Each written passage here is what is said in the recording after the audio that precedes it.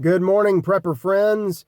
It is Wednesday, November 11th, 2020. I'm Perrin Lovett, and this is the Prepper Post News, courtesy of Freedom Prepper. Happy Veterans Day to everyone in America. It's also Par 3 Wednesday, I suppose, down in Augusta, but with this year, who knows? I've got a link, I think, to military.com for all things Decoration Day, changed in 1954 to Veterans Day.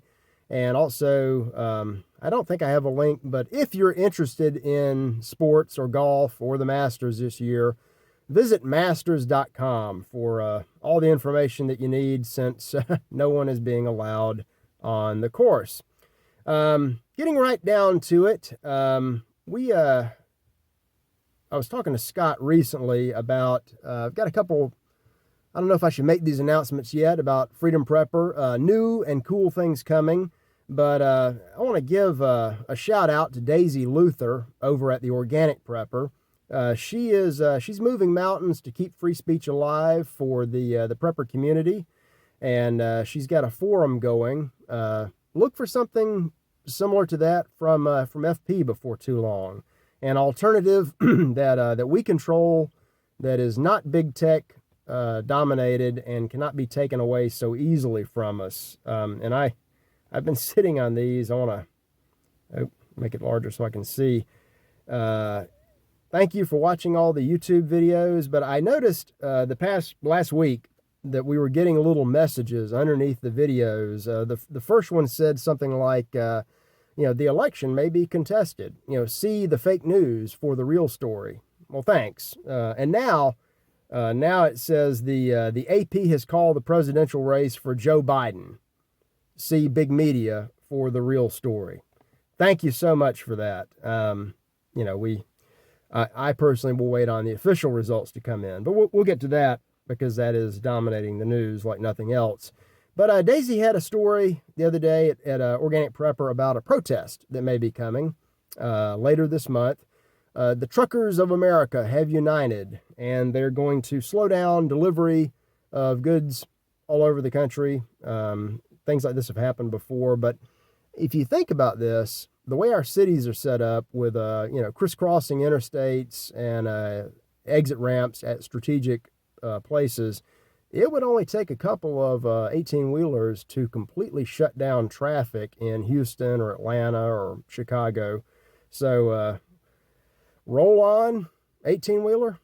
We'll find out about that. Check out all the links at freedomprepper.com. And I've got a couple of stories I did not link to. There are some rumors stirring around that I've heard out of Europe about a certain election in America and how that may impact the near future, both on this side of the pond and in Europe. If something comes out of that, I'll let you know more. It's so speculative at this point that I don't really give it much credence, but it is interesting. There's also a protest. This has been confirmed somewhere. There are various conservative groups in the country that are staging a protest in Washington this coming Saturday.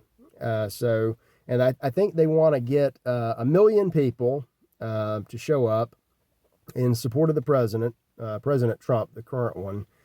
And I wish him well with that. I had some advanced knowledge of that before it happened, and there's no reason to get into how I knew that or who told me.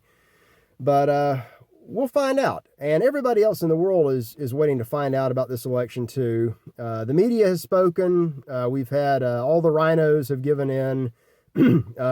Some world leaders are now congratulating Joe Biden. Interestingly enough, Vladimir Puten is not among them. You've got Russia, China, and a few other more critical countries that, for some odd reason, are holding back. No congratulations and really no word. And that has the usual suspects kind of miffed at the, especially the Russians, because they've been saying that Russia interferes in our elections for 4 years now.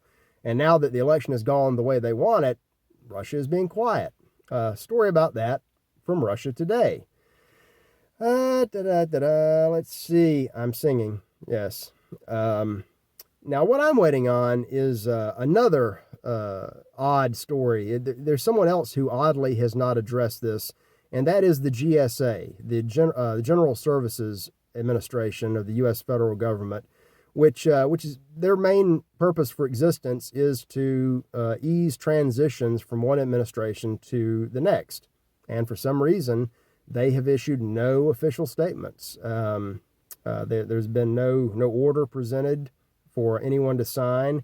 It's almost like they're waiting to see what the legal certified results of this election are going to say.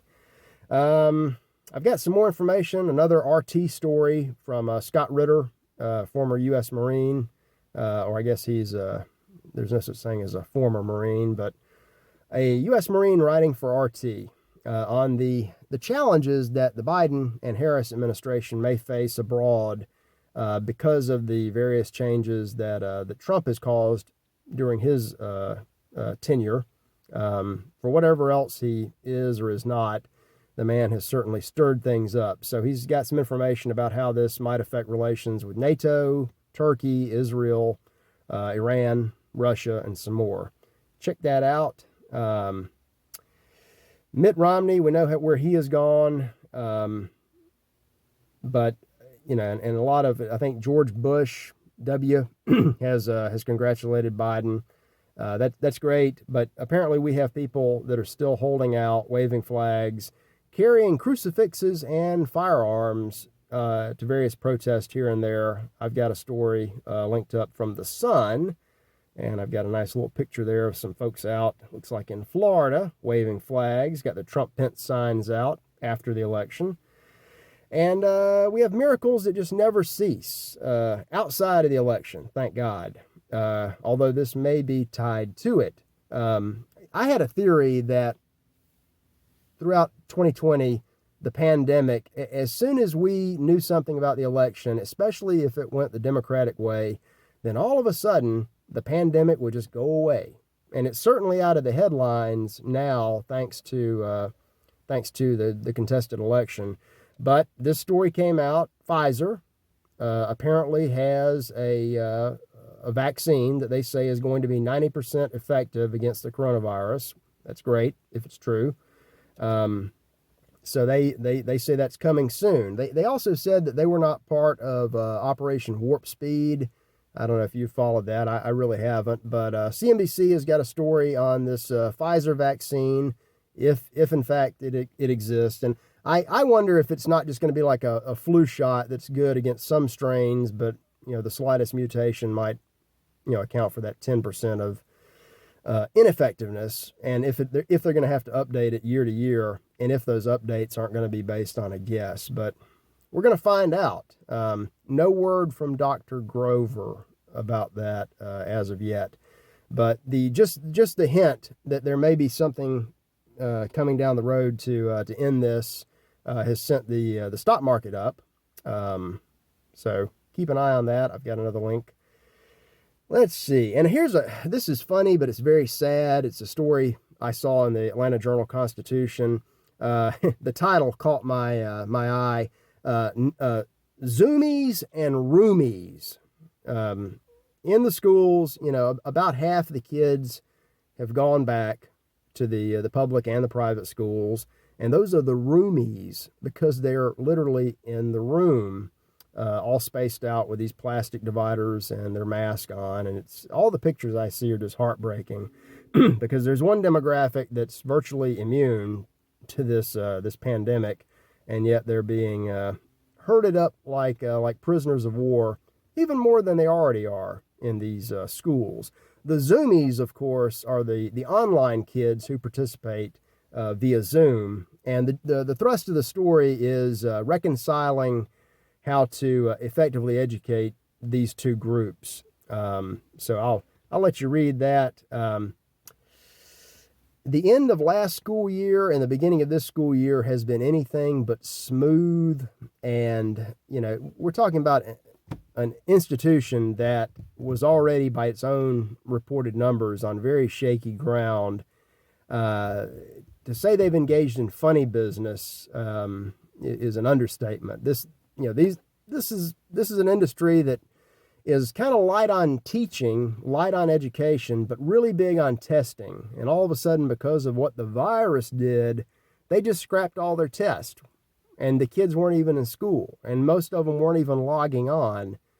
And yet they all passed along, to include seniors graduating. So maybe, I think technology is the way of the future. I would like to think that homeschooling is the way of the future. And effectively, a third to half the kids are already going to school at home. So take a look at that and reflect upon where your kids are, or if you know any children, how that affects them. Let's see. I already covered the par 3 tournament. I saw something in the Augusta Chronicle about no one's going to Augusta this year, but they have opened a miniature golf. Had a cute name. Can't remember it. Anyway, happy Veterans Day. Make sure to check that link and remember those who served, the victories past, and all the sacrifices. And the final word of the day, this comes from Pepe Escobar again. I just had one of his op-eds. I have another one now from Asia Times. Psyops. And just take a look. There is, with the votes, the vote counting, the charts, and the statistical irregularities, there is a banana republic feeling to this entire process. And regardless of whether Trump or Biden wins, it does not really portend well for the future of, call it what you will, democracy or the republic. To say it's a mess is another understatement. But we'll sort it out. I'm sure that, by Friday, we should have the election done and we can move on to defeating the pandemic, and then we'll have a bright, shiny 2021. And if we don't, you'll still have Freedom Prepper, and we still have you, and we love you. Have a great Wednesday, folks.